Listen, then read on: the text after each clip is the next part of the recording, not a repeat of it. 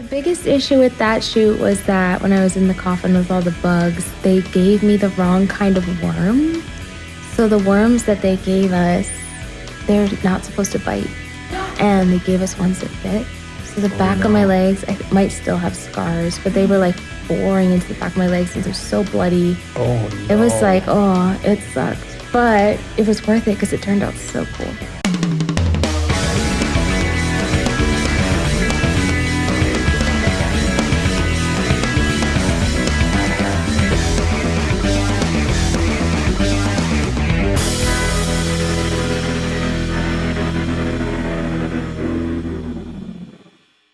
Well, hello, everybody. Welcome to The Riff, another episode. Very excited about this one today. The Riff, well, here we are, and we are at The Riff in search of that creative thread that drives success within the multiple disciplines like art, music, sports, and everything that kind of lurks in between. We have our foodie section today, and that is sponsored by mytoronto.ca. And even Jeremy and I don't even know what we're going to be eating, so that's always a nice kind of surprise. So make sure you stick around for that. And mytoronto.ca is your source for exploring Toronto like a local. Now, if you don't mind, we would love a like, follow, subscribe, a share, because sharing is caring. So it's time now to pull up a chair. Let's have a seat at the Riff table. And we're going to kind of walk down the Riff studio hallway here and go check up on what Jeremy's doing. The footsteps going down the hall. How you doing, Jer? Doing great today, Gar. How are you? Good. I'm all right. What's going on? Not much. This week, it was kind of a quiet week. Mm-hmm. Just did a lot of stuff for my album and just getting ready for that. So, yeah, a bunch of that stuff. But, yeah. How about yourself? Well, after getting all the technical things sorted out today, I'm kind of appreciative, especially with the headphones. Like, I'm glad we're not one of those podcasts that have to wear headphones. Amen. Because I'll tell you, I've working, at a desk and in front of a computer for decades. You don't really want to wear headphones longer than you need to, because when I was wearing headphones a lot, because you have to hear the audio as you animate and work away and all kind of thing, right? So you're always constantly tuned in.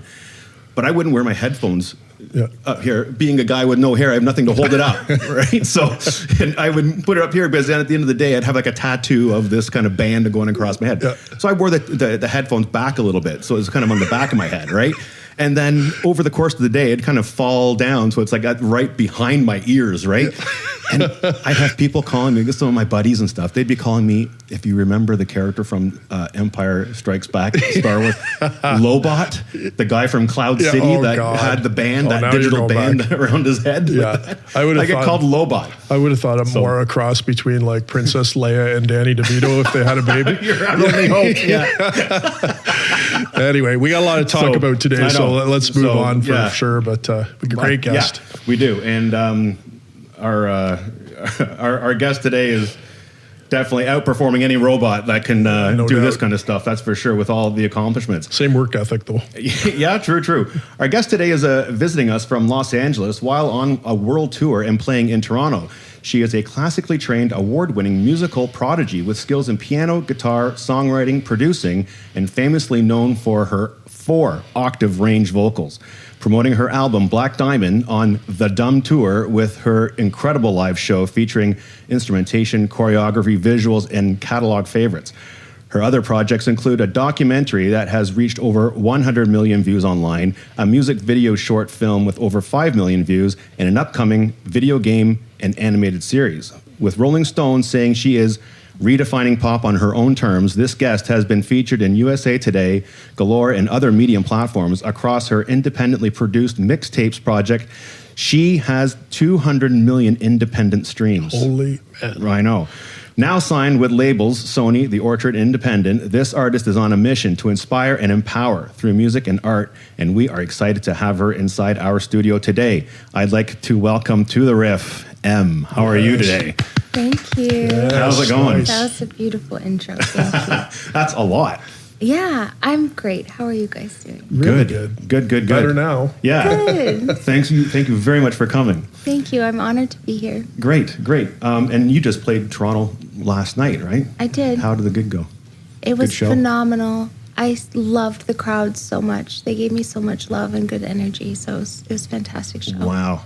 Good to hear. Yeah. Now, I want to up first here right now. I want to get to the, sort of the big, obvious, impressive things that you have done. And by that, I mean the videos that I've seen in terms of your music videos for your songs. And oh my God, you are very brave. I'm talking about some of the artistry and the makeup and all this kind of stuff that you do in your videos, with being enclosed in like a box with a casket of insects and maggots and mealworms and cockroaches. And then you've also done stuff where you've got like black ink oozing out of your mouth and all this kind of stuff, and totally painted head to toe and all that kind of thing. You obviously have some sort of message that you're wanting to get across visually. Tell us, how does that come about? What's the inspiration behind all that? As far as visuals, I think I usually see it in my head first. Mm-hmm. And I usually see it when I'm writing the song. And then I brainstorm with my team and we make it cooler. And I really just like things that obviously will pop on a feed because we want people to click it and see it, but also have like symbolism. I really love symbolism. Right. So it's a bit of message behind it, but also always. You're also going a little bit for shock value too, to kind of get the attention, I would imagine, right? I think it's not really like a calculated shock value. It's more of just like, I think things get boring and I've seen everything over and over. So I want to create something that's I haven't seen. Well, in this environment too, it's so difficult to stand out with the thousands of artists that are piling out every day. Mm-hmm. And it's, pollutes the airways a little bit. Right. And I don't mean any disrespect to any artist that's trying to do stuff, but there's a lot of artists, there always has been, but we didn't know about them in the past as much as we do now. Now they're posting every day, boom, boom, boom. Right. Yeah. So standing out is hard. Yeah. And it is. And it's one of those things that it's a skill in regard to just standing out amongst the crowd, right? Yeah, so it definitely is. Yeah. Now let's go back. Let's go back to your upbringing as a child in terms of where did you grow up? I've been told that your father was an opera singer, yes, and your mom was a talented harp player. Yes. Right. Yep, they're professional classical musicians, and I grew up in Traverse City, Michigan. So it's a town of about 14,000. Well, when I lived there, it was 14,000 people, and now it's a little bigger, which is cool. It's growing. Mm-hmm. The suburbs have expanded. Yeah, a little bit. Yeah. And what about the school you went to? Oh, I was homeschooled quite a bit, and then I left. I went to public school for a short time, and then I ended up leaving before high school to move to New York and start doing music. That was before high school. It was like right at the beginning, right. Yeah. So I was kind of back and forth for a little bit, and then I switched to all online and graduated early online. Right. Wow. And I was told like you do 12 hours a day was not uncommon for practicing piano.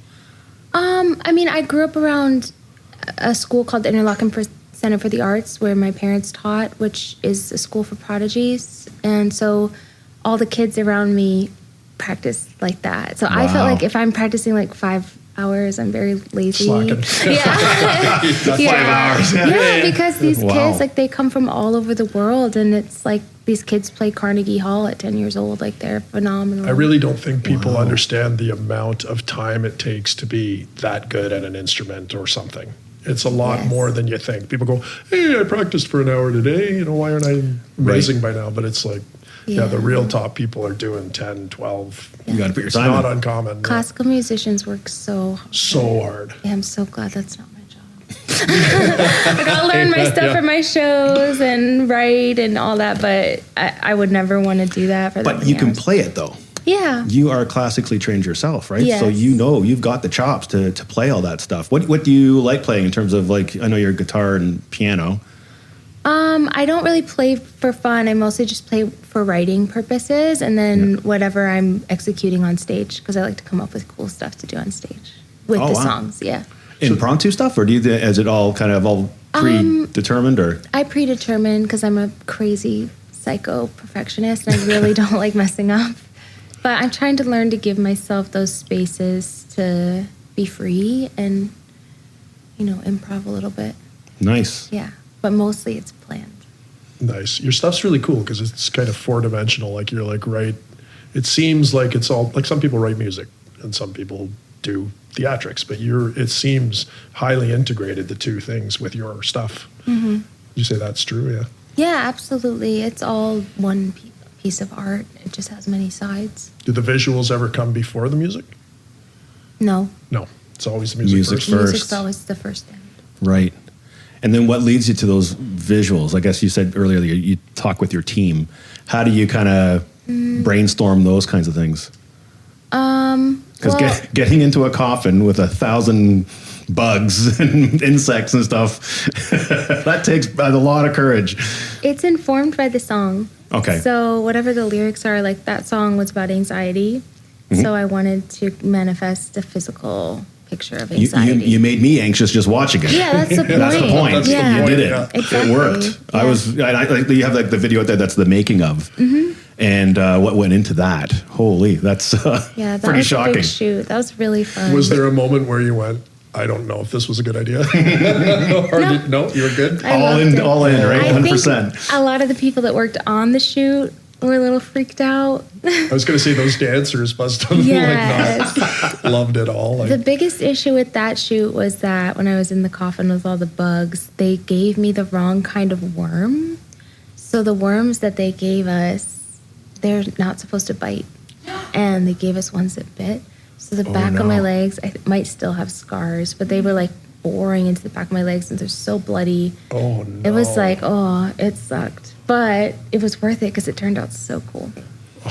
When I heard you cool. did that video, I was like, that sounds wild. And then, but that one, the guy in the beginning's holding that alien-looking bug. That was like, oh, God, that's what I got that song anxiety I'm again. singing live, too. So it was just like controlling the voice. Well, that's a live performance. That was a live performance, yes, wasn't it? I was Wow. singing. So that was hard. Oh, yeah. That was tricky. Man. I'd be scared to have reaching those high notes and then a bug goes right in your mouth. I did worry about that. Oh, okay. I was going to say, I thought you were going to tell me It that was someone more did like- or something did. Didn't they have something to sort of protect it? Or I DIY'd the whole thing. So I painted the coffin and I built something to go on my neck so that not so many would crawl over. Yeah. But a lot still did. How long were you in the box for? For that shoot? Yeah. What do you think? A good couple hours or? Yeah, we were probably in the actual bugs for 2 hours maybe. Oh my God. Well, because we had so many transitions and we were adding more, and then also I don't want to kill any bugs, so we're trying to protect the bugs. It's a whole thing. Oh my God. And then picking which bugs go in. Yeah, it was a lot. I love that you did it, though. I love it. It's just so awesome that you put that Thank you. Put that into your art. That's really cool. It was fun. Yeah. It really just was this sounds like fun. Yeah. And at the end of that bit there with when in the making of the video there, you're like something like saying bye bugs or something like that. You're all very kind of friendly with the bugs by the end of it all. Yeah, they're so cute. Yeah, it was funny. Now in terms of in struggling with bugs and making all that work, you've also had kind of early struggles with, in terms of the financial things of putting on a show, putting on a tour, right? Mm-hmm. But now you've kind of grown from that into sort of, into your independent success, right? As a self-made millionaire, right? How, and you're also even supporting your own team now and everything like that. So how does that, what would be your inspirational message for those that really want to achieve what they're kind of going for? You know what I mean? What they want to get out of something similar. Well, for me, a lot of my financial success came from brand deals and other things outside of music, but that still were able to support the music. So if I'm posting for a brand and they're running a bunch of ads on it for a hair product, that's still going to bring people back to find my music.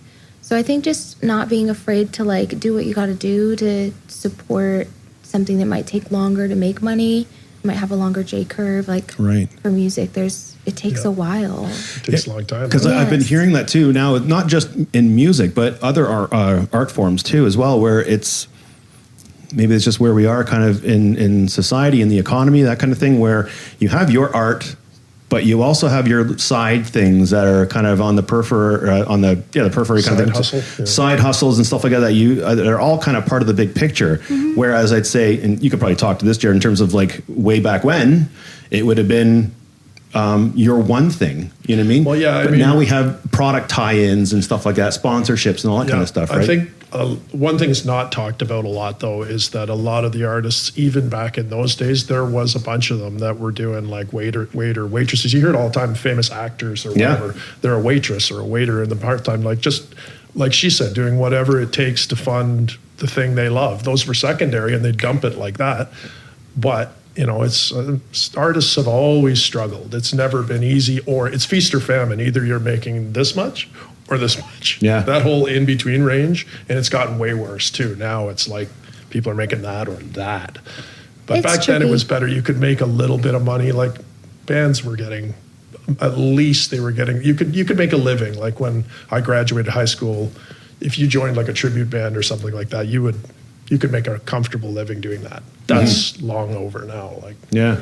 so you have to do things like hair products and Yeah. whatever it takes. Yeah, and I think just like having an abundance mindset is so important because it's very easy to start believing, oh, everything's going to be hard and it's going to be a struggle and I'm never going to have enough. And then that's kind of what you start manifesting and start moving from this place of fear and scarcity instead of just opening your mind to like, I can find so many creative ways to like provide through my creativity. Like I'm very creative. I can always find something, Well, that's creative in and of itself, right? Yeah. Right.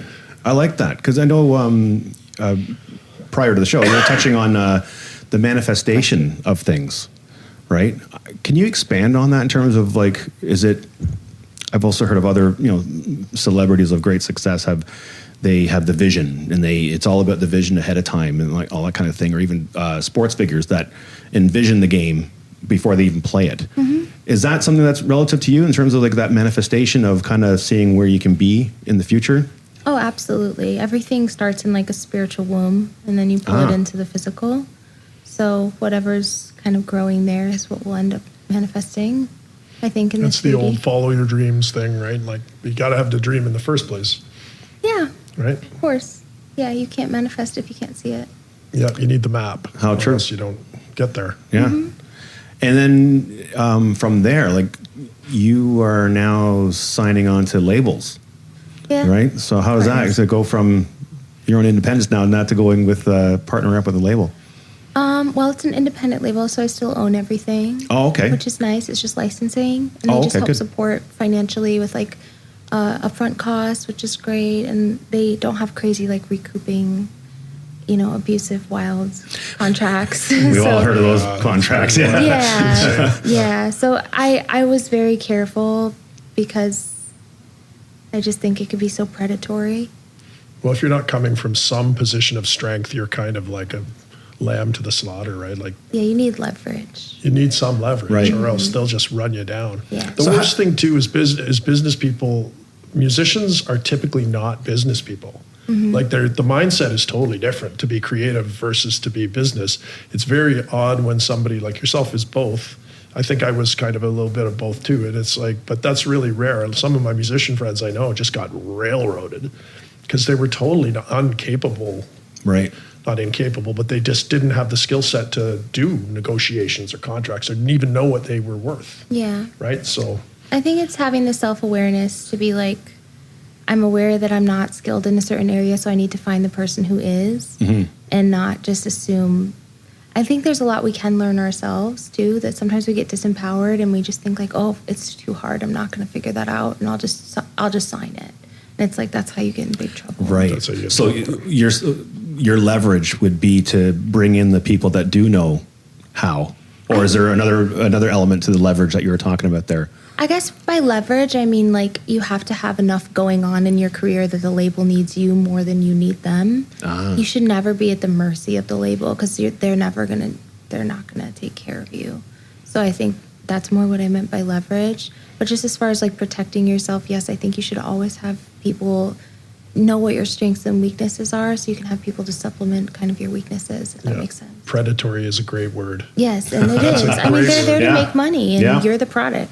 And it's a business, right? It's a music business, and the word business is there for a reason. Well, I right? mean, in fairness to some of the labels too, they're in a business too. Like they're fronting money for you to do this thing, and they True. need that. And there's a lot of musicians who take advantage of that too. It is a two-way street, but the street's pretty leveled in a bad direction. Yeah. It's like it's way bad. Like it used to be bad, and now it's like in way worse. Yeah, I think if you don't have leverage, it's better to just get a loan and do it yourself. Yeah. Ah, really? If you know how to spend it and you know what to do, then yeah, I would. I was talking to Steve Vai, who used to play with Frank Zappa back in the day when he got out of college and stuff. His first gig was Frank Zappa, he's one of my heroes. One of the reasons I love your stuff is because I see a lot of that same mindset. He did whatever, Zappa did whatever it took to fund his music. That's it. He wrote Valley Girl, which was a big hit song. And then he took all of the money for that and he did a symphony and he hired like 100 people. Like, he didn't care at all about the money. It was entirely about his art and all that. But anyway, so he gets this gig in Zappa's band and he says, Frank, I'm a young musician. Give me some advice or whatever. I got to be a better player. How am I going to be a better player? And Frank says, keep your publishing. Yeah. That was keep it. Your publishing, That's his musical advice. Keep your publishing. Yeah, you don't want to give that stuff up, right? Not how to play, not any of that stuff. Keep your publishing. And Vi said that was the best advice he ever got from anybody because he kept his publishing. And to this day, he's done well. Well, you hear of that kind of thing too, where the publishing rights are everything, right? And you can still collect 40 years down the road because you own your publishing. Well, didn't Tim, when he was on, say it was like 75 years protection on publishing on your 70 years copyright is 70 years. So you own your copyright for 7 years. It's kind of unheard of, actually, and then it goes in public. business, 70-year protection on something. So there is a huge advantage there if you can leverage it. But it's something that's like it's like a lifetime plus 7 years, or there's something some sort of thing like that. Royalties are a long time. You own your stuff for quite a while. Yeah. Mm-hmm. Crazy. Wow. Anyway, now I want to touch on your new stuff here. That you got the Black Diamond project. You have the song Psycho. Psycho's actually from an older project, but it kind of blew up at the same time as we released Black Diamond. So it's all kind of interesting. Yeah, people are sort of discovering all the old projects too. It's cool. That's really cool. Mm-hmm. Hey, can you tell us a little bit more about your New York experience? Like, we kind of jumped past that, but when you first moved to New York, how'd you find that getting started? A lot of synchronicities happened, and several doors opened in very strange, miraculous ways for me to start working out there. I won't bore you with the story, but I started going out there very young, and it was interesting. I learned so much. I got a production mentor who got me Logic, and I started producing myself, which was fabulous because the sessions before that, I was going in with sheet music. I was like, here's what all the instruments need to do. Here's what the drums should do. And the producer looked at me like, are you insane? Like, this is not how this works. He was lovely, and he's still a friend, but he was like, you need to just do this yourself, like learn. So I did learn, and that was a huge paradigm shift for me because suddenly I don't have to depend on other people to create, which is so important. What were some of the challenges there too? Of New York? Well, in terms of producing your own.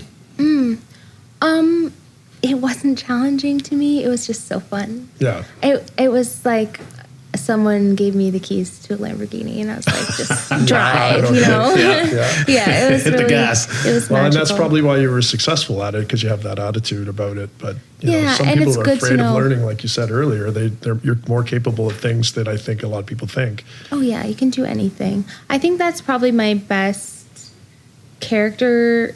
Like, it's been very helpful for me to have that character trait of just like stupid levels of confidence, and it definitely gets me in trouble. Like, I overestimate myself sometimes, but it does make it so that I will just figure everything out. I figure out whatever I have to, so there's no roadblocks. What was that term, Trace? Irrational confidence? Irrational confidence leads to success. Yeah.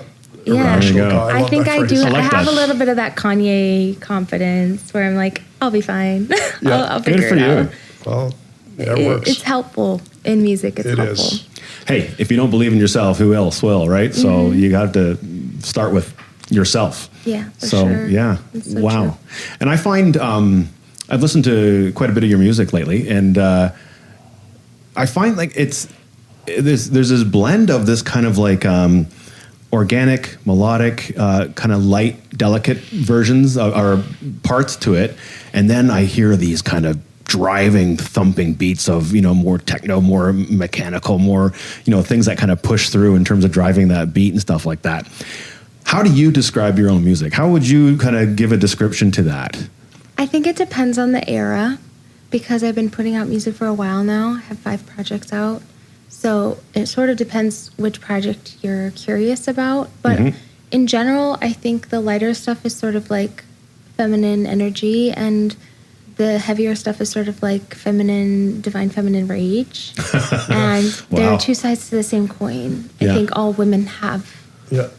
Who are your influences? Like I when I heard your stuff first, I thought, wow, she's got a lot of Tori Amos kind of tone. There's like it's beautiful. It's got the anger in there, but it's also got melody and beauty and stuff. It's like she used to do that on a piano and was super aggressive and stuff. Yeah, she's so cool. Yeah. There's a certain rawness to it, but a certain refinedness to it. It was just, it spoke. It communicated what she was trying to say. I didn't even know that about her, but then after listening to like Little Earthquakes, you could hear this, even though it was delicate music, there was still an aggression and a strength there. And I hear that in your stuff too. So who did you listen to growing up and stuff? I study so many artists, and it sort of depends on the lane. Like as a vocalist, I studied all the greats, obviously like Mariah and Whitney and Celine. As a performer, I study Beyonce religiously, still to this day. There's nothing on the internet that she's done that I haven't seen, because she's the best. And I love fabulous performers. And then as musicians, I grew up obviously studying the women that I could look up to, like Alicia Keys, a lot of R&B women, so many incredible, iconic Black women that I've studied. Like I feel like the majority of my inspiration has all been Black women, and I just idolize them so much. So how does that come into the music then? I think hopefully I absorbed like some of their depth and soul. That's always my goal. And my first camp in New York City, my first like camp that I worked with was part of Alicia Keys' camp. So I got to be around the most incredible women and the most incredible musicians. Like they were phenomenal musicians. So yeah, I'm just very grateful that I've gotten to learn from so many great women. But mostly I study women. I don't study a lot of men, to be honest. Understandable. Like I should be, but I just don't get that interested. Like you're drawn to who you're drawn to in terms of what you see yourself in as well, right? So that doesn't surprise me at all, especially reaching high notes like the 4-octave. Wow, how did you discover all that, or when was the early signs of these notes that you can incredibly reach? It's funny because as singers, like at least in classical music, it's just like, oh, okay, that's cool. Like nobody really thinks much of it. Like in classical music, that's called a coloratura, and there's like a few people that do it in opera, but it wasn't anything special, really. Yeah, it's just tool, like, oh yeah, that's cool that you can do that. But it's funny because normal people like flip out about it. So how annoying is it though? Like you do all this beautiful work and you do study it and you do all that, and then some idiot, I bet you that's auto-tune, like all that garbage. I notice you address that online, and it's like you seem to have more patience than I do for responding to people like that who say such clearly ignorant stuff, and it's like, oh, dude, come on. Like I understand why they think that, because so much is faked now. Yeah, right. And I understand why. Like if I'm singing to a stadium every night, traveling the way I'm traveling now, and have that many phones on me, I understand why someone would be like, let me pre-record this really hard part for the days I have bronchitis. Like I get it. Right. I understand. But it can be, I think a lot of times for the people saying that, it's coming from a place of like just being a hater. They're a hater. So it's just like, okay. And you're going to get that. And if you're in the spotlight, you're going to get that. And it doesn't actually bother me. I'm just like, this is great for my content because I can use that. I'll turn it into a video. People want to engage. Just utilize it. Yeah, that's all I do with the haters. Like they really don't bother me. It's more of just like, oh, how can I use this for content? Because we need so much content all the time. Well, that's a nice way to turn a positive from a negative. It's like, hey, thank you. That's a great piece of garbage you just gave me. I can just use what that. do they say? Any publicity is good publicity or something? Yeah, that's really cool. Gotta do something. And you did that too in terms of like putting out a video that showed you going through the whole range. Did you not? I've done a lot of stuff like that. Yeah. Wow. Yeah, it's very cool. Thanks. I really dig it. It's again, it reminds me of in my era, like Zappa was the guy that did that, kind of pioneered that, like who cares stuff. Like he never cared at all with the critics, media. Nobody said. He just did his thing, and either you liked him or you didn't. He didn't care. It was just more music, more creation, more. I really related to that young too, right? It's just that because I've always liked the creation part of it, and I don't really care about the shows or the fame or any of that stuff. To me, it's just about making the art, which I really dig. Doesn't it suck that that's the part that you have to deal with so that you can do the shows you want to do? Yes, I know. Like, I have to do this so that I can... So that you can... You almost have to convince people, you know? No, I can sing, and this is how I do it, my bills, you know? So I guess I have to deal with some level of, like, being known. That took me a long time, because for the longest I was like, fame is so stupid. Trying to go viral is so stupid. Like, who cares? I just want to make my stuff. But then I'm like, also, I would like to survive. Yeah. That's the thing. If I want to survive, I need to sell tickets. And there's a game to be played, right? Yes, it sucks. It really sucks, though, because you guys, again, because I sound like a grandpa here, but I grew up in pre-internet stuff when I was really young and I was coming up. And it's like, the amount of work, like the sound technician could be the sound guy. You had the recording engineer, you had the producer, you had the videographer, you had that. They were all individual jobs. Now artists are doing everything. Well, like, because it's expensive. All your time is spent, like, instead of her writing beautiful music, in the past, she would have been just focusing on the music. The dream. And there would be a team if I could just be in a studio and rehearsing and recording all day, I would be so happy. I would say, like, it's 90% other shit, though. It's 90% other shit. It'd be like back in school again, rehearsing 12 hours a day. I would be so happy. That'd be okay with I'm that. so jealous of the kids that are in music school that just get to make music all day. To do it, I'm just like, oh, you don't even know how good you have it. Wow. Like, you don't have to think about posting. Well, you don't have to think about any You of this mentioned other how stuff. you were influenced by some of the big singers and stuff like that. You're talking about, you know, if you could maybe influence maybe younger people or whatever. Would that be something that you would be, or you consider in terms of when you're out on the road or putting out the next album? Like, do you consider yourself as someone that could be influential to the next group, you know? I hope someday I'm good enough that, yes, people would study what I'm doing. Yeah. But I don't feel like I'm there yet by any means, no. I don't think anyone ever feels they're there. It's I like don't either. imposter I syndrome talked to my city. friend. He's one of the best bassists in the world. He's in his 70s. And he was like, he gave me 2 amazing pieces of advice. The first one, he was like, remember that what you're doing is invisible. Like, you are creating something invisible. Sound is invisible. Like, you're working on a spiritual plane with what you do. And I thought that was so deep. Interesting. I just never thought about that before. I was like, that's so true. Like, we're working with invisible energy. It's so powerful. That was side note. And then the other thing he said was like, nobody ever thinks that they're good. Like, it's very rare that you meet a fabulous musician who's like, yeah, I know I'm great. Well, the thing is, the better a musician you become, the more acutely you are aware of how bad a musician you are. So true. You see, like, some Pat Metheny will come through or something, or you just like, I go, oh God, like a whale swims by, you know, and you think you're like, doing what pretty am good. I doing? Yeah. And then some 12-year-old with perfect pitch comes through, and you're like, oh God, it's so true. Yeah, it's horrible. Yeah.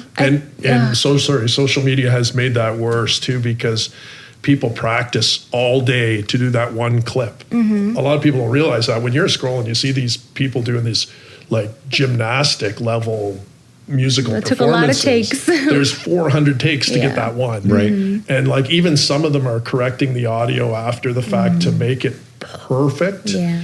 But it gives the impression, and especially for musicians, like, I want to shoot myself in the face half the time after going through a bunch of those. It's like, oh God, I stink. Like, it's terrible. But I think, sorry to cut you off. No, you didn't. For me, I think like finding what makes me unique. Like, I know I will never be the very best XYZ, because there's always going to be somebody who's only focused on that thing, and I do 10 things, you know? But I can be the very best me. And You're I think the only you. Yes. Like, there's certain things like I know that I'm the very best at, and most of them are like character things. They're not even like musical things. But I think that that's like important to kind of know, like, what are your big strengths? That took me a long time to come to terms with that. It's like and those weird little idiosyncrasies that we all have as musicians, that's your style. You know, like, you hear it as your like weirdness an annoyance, is what makes you great. But ultimately, that weird way that you approach it, because everyone has a little sonic weirdness to how they do it. No matter how perfect they are, there's a little quirk about everybody's playing that's their little thumbprint. Yeah. You know, and so that's unique, but that's your style. But I never realized that. I used to sort of avoid those little quirks. Yeah. And then you got to really lean in. You got to lean in. And that's you. That's your voice, right? It kind of comes with wisdom, I guess, you know? It takes time, but man. I'm going to take that.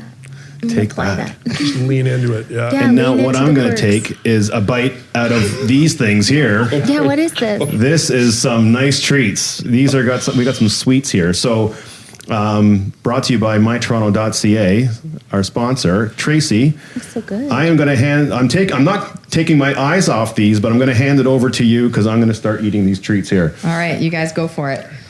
We love a sweet treat. Oh, sorry. Right? No, you No, it's okay. talk and chew and do your thing. So today on the Riff, Gary, Jeremy, and Em are welcome to try the treats we pulled in from Bunner's Bakery located in Kensington Market. They promise a 100% gluten-free vegan operation. The Riff table is right now sampling their Nanaimo bars, strawberry squares, and their highly popular cookies and creamio sandwich.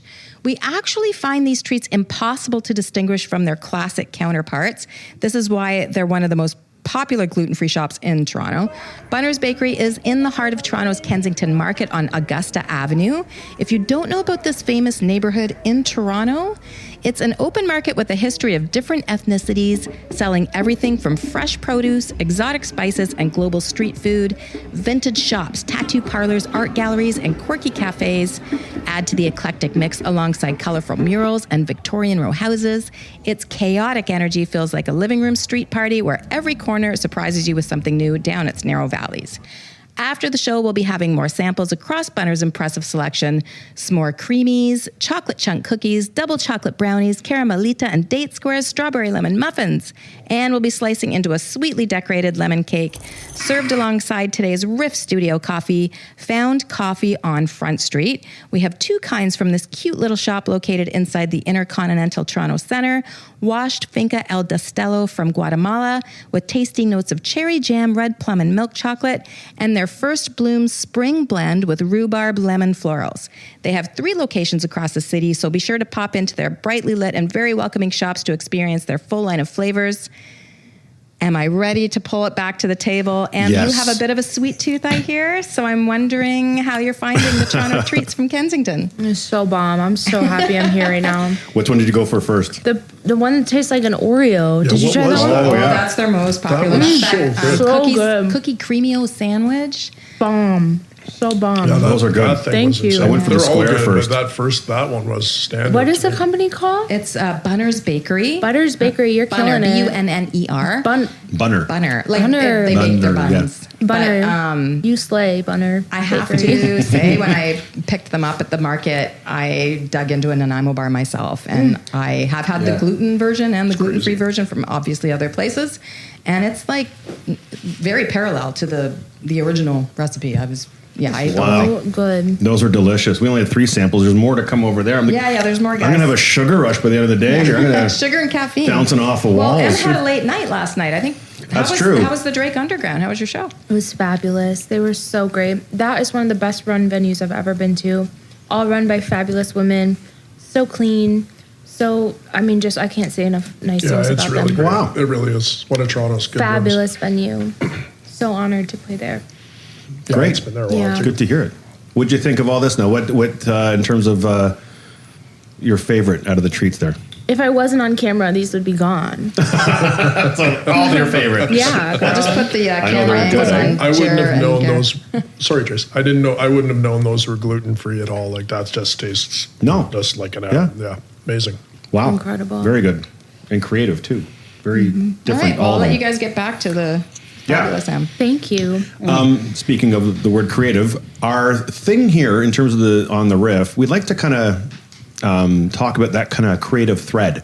The thing that binds us all in terms of artists, whether it's whatever discipline, like, music, visual arts, food, or, performing on stage or whatever it is.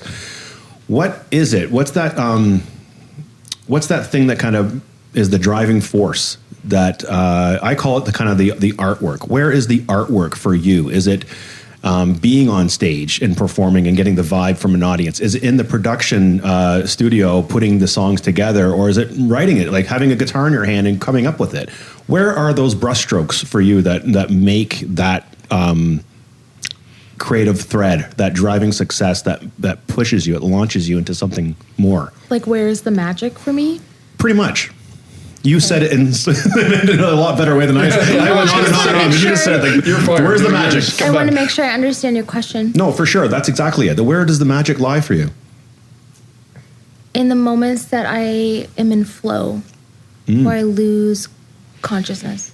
Beautiful. And you're just like an open vessel. My friends that are fabulous musicians, so much better than me, they call it transcendence. And they're like, if you catch like one transcendent moment on stage, you are like in good shape, or one or two during a show or in a session or writing, like where your brain just turns off and you're just totally channeling and flowing, like just something bigger is just happening. I think when you disappear, do you know what I mean? Yep. And you just become the vessel. I've got goosebumps listening to you right now in terms of how you're describing that.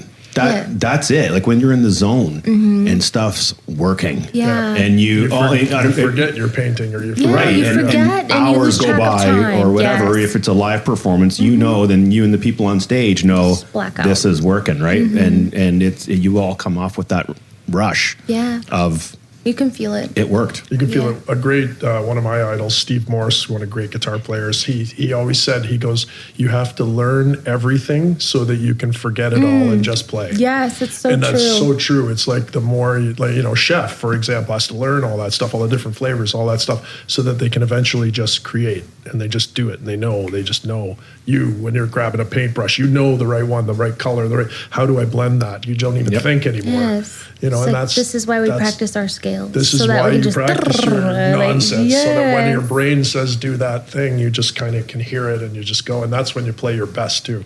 Yes. Yeah. It's just like being a sharpened tool in the hand of the creator. Like you just want to keep your tool sharp so that you can just be used and when listen. the time comes. Big ears, just listening and and then being open to things coming your way too as well, right? Don't be so set in your ways where you kind of, you think you're doing something like this. Someone might have a suggestion that just throws a wrench into what your plan was, but it works. There's something new and fresh there too as well that could happen, right? Yeah, that's so true. I'm so bad at that. When you're, just curious question. When you're tracking stuff, when you're doing your production and you're tracking, how often do you find it's your first or second take that's the one that you keep? Versus, those times when you're working on a line and you're trying to get it out and you end up doing like 10, 7, 9. I know for me and a lot of people I've spoken to, you usually go back to your first or second go, and that's usually one that has the most life and heart in it. It's like the more you think about the part, the more your brain starts forcing it. Yes. Because it's not really coming from flow anymore. It's coming from your own ego and your own brain. And you start self-editing. Yes. You're like, oh, that was too high there. I should go down a bit there. Okay, make sure you do this. But maybe that was what made it like soulful. Yeah. And you missed it. Because perfection can kill the vibe so fast. Yeah, right. Like I've seen performers that are technically perfect and they're so boring compared to people who just like they're a little bit out of tune and their hair is falling out and like stuff's going wrong, but it's like so raw and just hits you like at a soul level, like, so different. That's the magic. Yeah, which we love perfectionism, but sometimes it kills the magic. Yeah. And it doesn't always have to be perfect. It can be like that rawness or the soulfulness that you're saying you feel in your gut outweighs the perfection. Yes. The stiffness of what perfection might be. Regular people don't care if it's technically perfect. They don't even know how like hard only other artists care about that. Like it doesn't change. Yeah, there's 3 people in the back of the room with their arms crossed watching it play. And it's like those are the only idiots that don't actually get it. And those are people we worry about. Yeah, like why are we worried about you? 90% of my stress is those 3 guys in the back there. I was like, oh, you're also taking your music into a different direction too in terms of animating and a short film and all this kind of stuff. Explain that kind of stuff. What's going on there? I have a whole universe that I would like to build out, and I've got plans. Where do you get the time, though? True, I know you're doing a lot. That's a great question. I don't know. You'll figure that out. Yeah, we're figuring it out as we go, and like I have many things that I'm manifesting, and some of them have already started to manifest, and some of them have not. But I'm still putting it out there because it's going to happen. Good for you. That's really cool. That is. And you're brave enough to kind of just say, yeah, it's happening. I'll figure it out as I go. And you'll tackle it and cross that bridge as it comes, right? Yeah, messy action all day.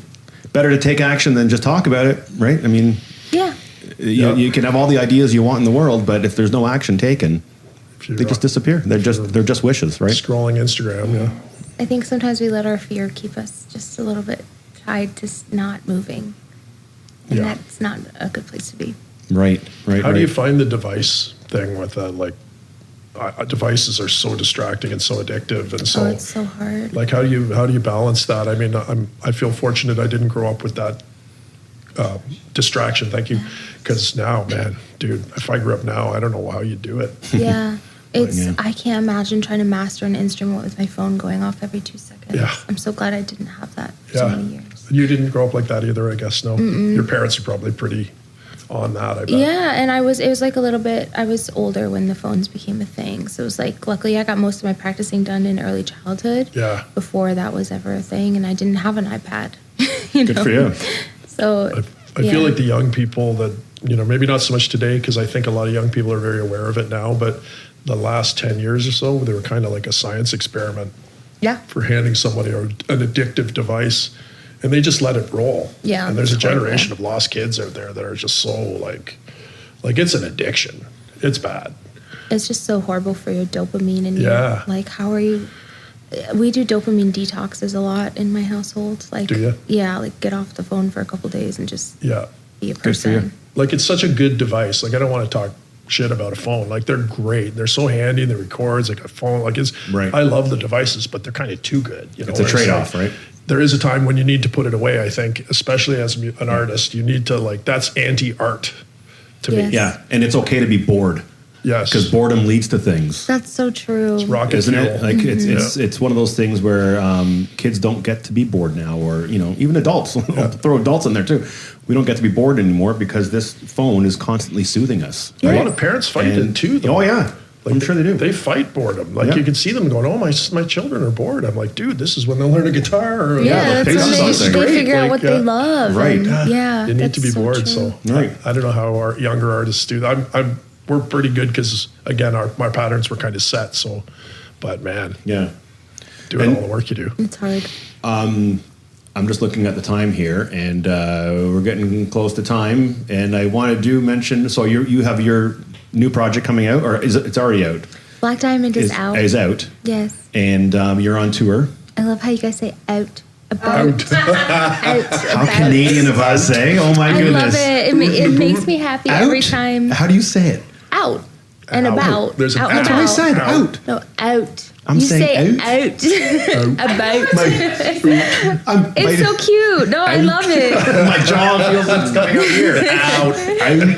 Out. Really? Yeah, I love it. It just makes me laugh every time. Oh, that's so funny. Sorry. This No, hey, is a that's side fine, note. man.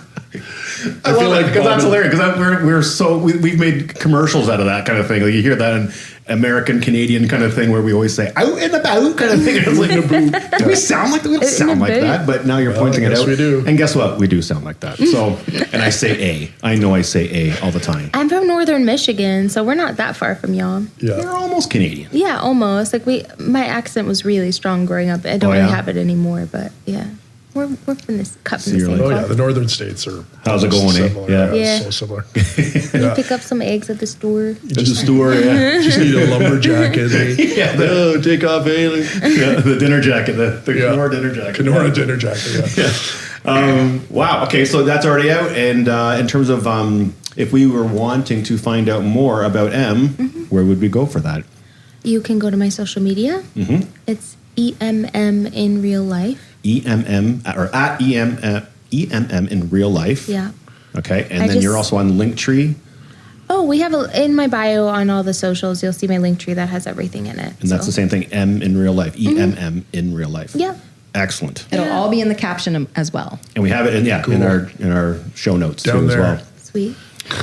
Well, listen, M, thank you very, very much for coming on to the was so show today. fun. Thank you. I hope you enjoyed the treats. They were good. I did. Truly. I'm very excited. And Just I gotta gotta get some say, sleep. So I'm gonna let you go. I'll be honest here, full transparency. When Yeah. we booked this, a while ago, right? Yeah.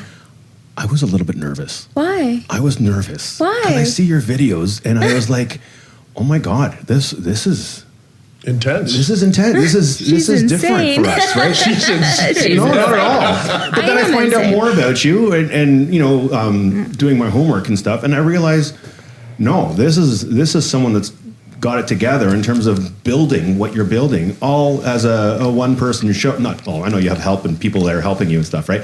But you're doing this. It's you that's leading the charge here, and I really applaud that. Thank you. And I think, we were talking about earlier in terms of, is there opportunity? Is there success to be had with maybe a generation or something like that? You're proving all that wrong. You are definitely one that's in the driver's seat of your own destiny, and I think you're doing a great job. And I really applaud you for coming on the show. And you have been a delight to talk to. That's a great way to put that, though. Before we close that off, I love that. Like you have the courage to lead and let the fans follow. You know what I mean? They're like, you're setting the tone, you're making the decisions, you're driving the bus.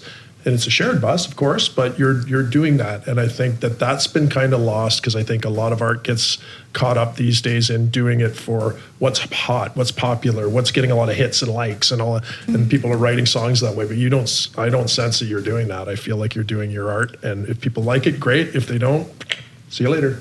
I'm just terrible at being cool. So I think I just gave up on it and I just do what I want now. It's great. It's honestly keep doing it. Yeah. Thank you. We love it. Thank you so much. I appreciate the transparency. You've been great to have on the show today. Thank you. I'm Much very appreciated. grateful. The snacks were delightful. I'm so excited about them. Thank you. Thank you very much, Em. So nice to meet you guys. Nice to meet you too. Breath of fresh air right there. Wow. Yeah, that was What a tons of talent. fun. Yep. Fantastic. And great to hear that. What I got from it, the blend of artistry and I'll throw like independent business happening there. Amazing. How you can juggle it. Yep. Yeah, having to find the time, that's another thing, but doing that and That's taking a rare the action. trait, too. And I liked how you said, like, leading the bus, like, or taking charge of that and really driving it forward. Yeah. That's a rare combination, Yeah. too. A lot of art people, like I said it earlier, but business people and art people, those two don't always cross over, where there's an understanding and a willingness to do both. And when you have a musician who's got the skill and the willingness to learn and the willingness to drive be entrepreneurial in their business of how they run their career, that's really rare. And usually those people are highly successful. And she's what's the word? No exception. Exception. Thank you. And I think our show just inched up the waterline once look at again. That, eh? See? So a thank you to Em. Amazing. Fantastic. All right, Jarrett, anything else to add? No, I'm good. That's a lot to digest. Okay. Yeah. Thank you to our sponsors, mytoronto.ca. Fantastic sweets. We liked the treats. There's more to eat. Oh my God, I'm going to be in a sugar coma later on. But that's all for today. So that's a goodbye from me. And it's a goodbye from him.